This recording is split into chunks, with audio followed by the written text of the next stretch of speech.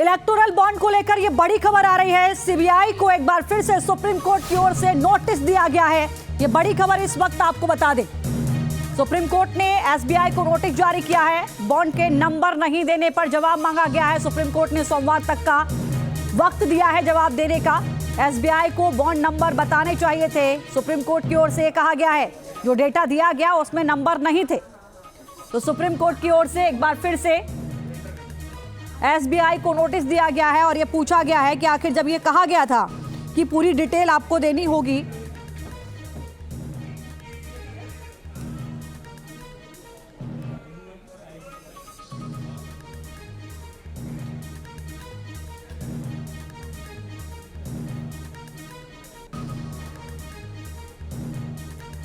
तो electoral bond को लेकर आपके मन में ये जरूर एक सवाल आ रहा होगा कि आखिर ये इतने धनकुबेर कौन है जिन्होंने इतने बड़े इलेक्टोरल बॉन्ड खरीदे और तमाम पार्टियों को चंदा दिया।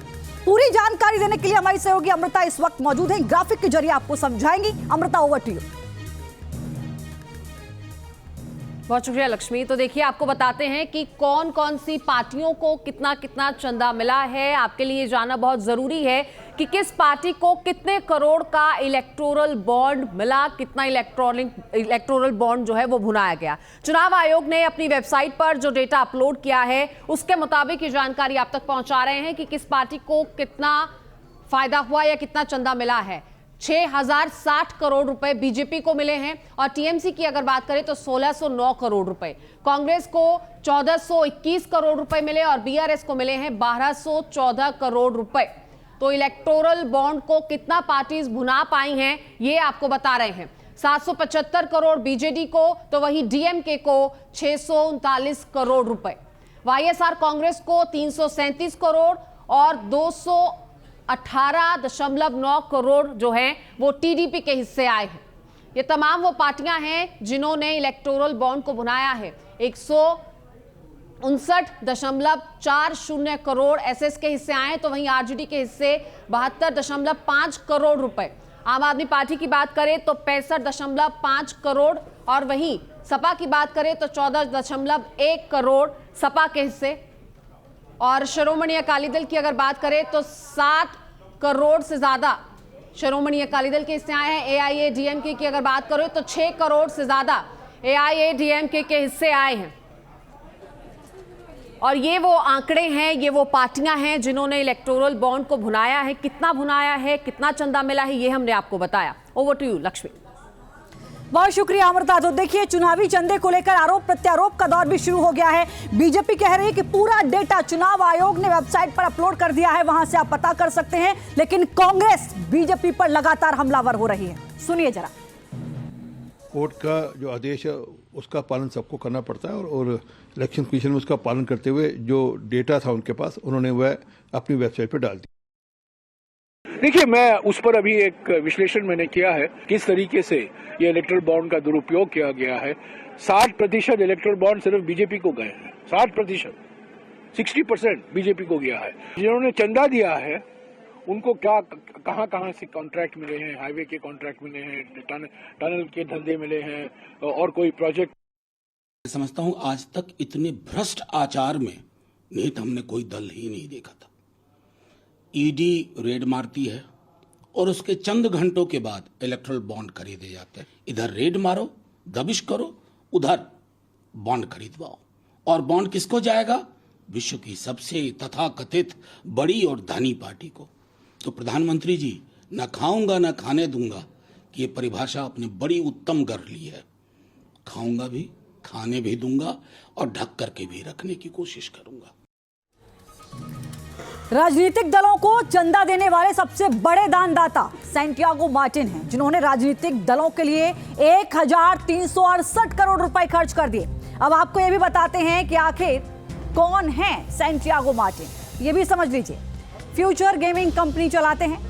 1991 में शुरू हुई थी ये company. Lottery agency lottery king के नाम से भी ये मशहूर हैं। मार्टिन ग्रुप ऑफ कंपनीज के संस्थापक हैं। कभी म्यांमार में मजदूरी करते थे। 13 साल की उम्र में लॉटरी का बिजनेस शुरू किया। 2001 से वर्ल्ड लॉटरी एसोसिएशन का हिस्सा हैं। 2020-2024 तक 1368 करोड़ का चुनावी चंदा। भारत में सबसे ज्यादा टैक्स देने वाले टैक्स पेयर। एक साल में दिया था 1 अरब रुपए का टैक्स। साल 2004 में जिनेवा में मिला था स्वर्ण पदक। लॉटरी किंग पर सैंटियागो मार्टिन पर ईडी का शिकंजा भी कस चुका है। आपको यह भी बताते हैं कि आखिर क्या वजह रही थी, आरोप क्या क्या है। लॉटरी रेगुलेशन एक्ट 1998 के तहत केस साल 2019 में ईडी इसकी जांच कर रहा। पीएमएलए कानून के उल्लंघन का आरोप लगा। 2023 में कोयम्बटूर चेन्नई ठिकानों पर रेड पड़ी। 23 सितंबर 2023 को कोर्ट में चार्जशीट दाखिल हुई।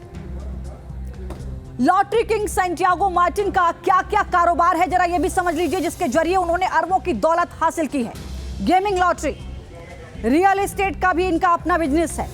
हॉस्पिटैलिटी, सॉफ्टवेयर का भी इनका अपना बिजनेस है। सिर्फ ऐसा नहीं है कि सिर्फ गेमिंग का ही है, टेक्नोलॉजी का अपना बिजनेस है इनका, सॉफ्टवेयर का भी अपना बिजनेस है, भवन निर्माण सामग्री टेक्सटाइल का भी बिजनेस है। तो ये पहचान है। कितना चंदा इन्होंने दिया वो भी आपने देखा।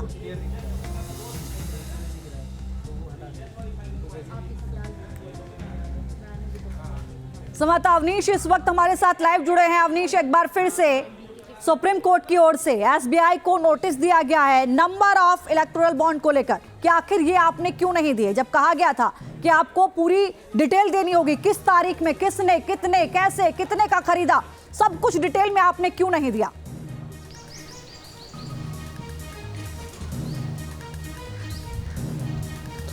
बिल्कुल, आज सुप्रीम कोर्ट का रुख सख्त था और सुप्रीम कोर्ट ने सवाल किया कि जब हमने स्पष्ट आदेश दिए थे 15 फरवरी को, हमने ये कहा था कि आप पूरी जानकारी वेबसाइट पर डालेंगे, तो आपने जो अल्फ़ा न्यूमेरिक नंबर है जिससे ये पता चल सकेगा कि किसने चंदा दिया और किस पार्टी को दिया, वो लिंक अभी भी मिसिंग है। वेबसाइट पे ये जानकारी तो डाल दी गई कि किसने कितना % चंदा दिया, लेकिन किसने किस पार्टी को कितना चंदा दिया ये जानकारी अभी भी नहीं है, जिसके लिए सुप्रीम कोर्ट का साफ आदेश था।